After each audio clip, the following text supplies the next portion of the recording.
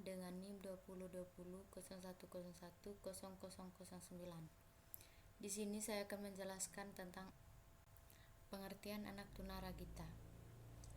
Istilah anak berkelainan mental subnormal dari beberapa referensi disebut pula dengan terbelakang mental tunaragita.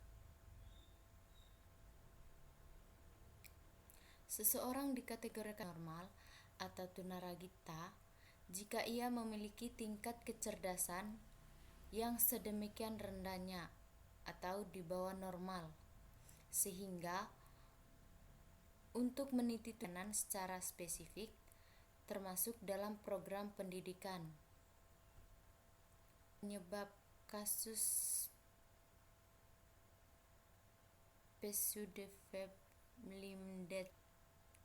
Yang pertama, gangguan emosi pada anak-anak sehingga yang kedua, keadaan lingkungan kurang baik dan tidak memberikan pada kecerdasan anak sehingga perkembangan kognitif terhambat. Anak tunaragita dikelompokkan jadi 3, yaitu anak tunaragita mampu didik atau debil, anak tunarita yang tidak mampu mengikuti pola biasa, tetapi ia masih memiliki kemampuan yang dapat dikembangkan melalui pendidikan walaupun hasilnya tidak maksimal.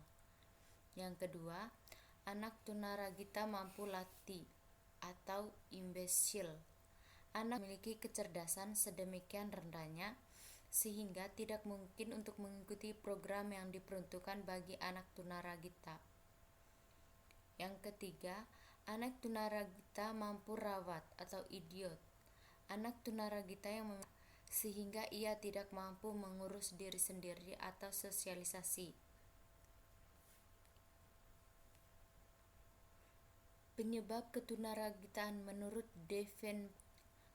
Davenport, kelainan atau ketunaan yang timbul pada benih plasma atau ketunaan yang dihasilkan selama penyuburan telur.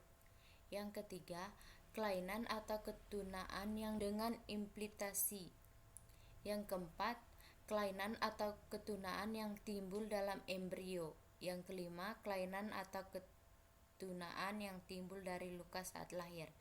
Yang keenam, kelainan atau ketunaan yang timbul pada masa bayi dan masa kanak-kanak. Menurut para ahli, menurut Clear dan Johnson, ketunaragitaan pun dapat terjadi logis, faktor hereditas dan pengaruh kebudayaan. Menurut Infographic, radang otak merupakan kerusakan pada area otak.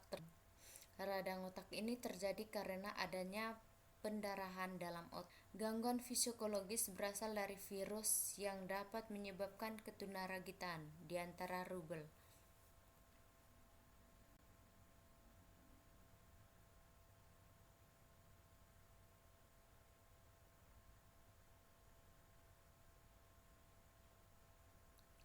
Dampak ketunaragitaan.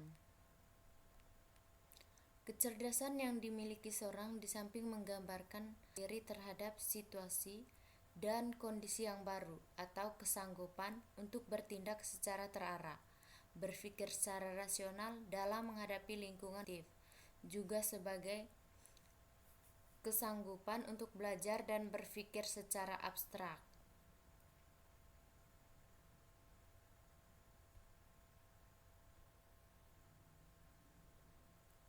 Kesimpulan, istilah anak berkelainan disebut pula dengan terbelakang mental, lemah ingatan, feebleminded, mental subnormal. Makna dari istilah tersebut sama, yakni menuju kepada seorang yang memiliki kecerdasan mental di bawah normal. Istilah yang akan digunakan dalam istilah berikut ini adalah mental subnormal dan tunaragita. Keduanya digunakan secara bergantian maupun bersama-sama. Batasan tunaragita, para ahli dalam beberapa referensi mendefinisikan secara berbeda dengan tujuan dan kepentingan. Sekian dari saya, terima kasih.